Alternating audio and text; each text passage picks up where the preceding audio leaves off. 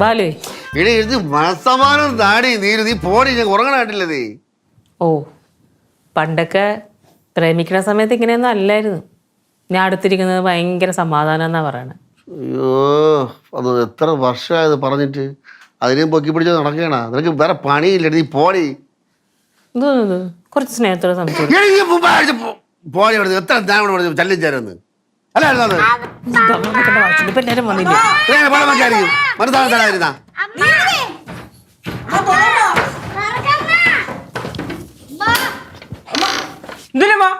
എന്തൊരു ബഹളമാണ് ഇവിടെ. ബഹളമൊന്നും ഉണ്ടായിരുന്നില്ലല്ലോ. നിങ്ങൾക്ക് തോന്നിയതൊന്നുമല്ല, അച്ഛനെ പടം കേട്ടത്.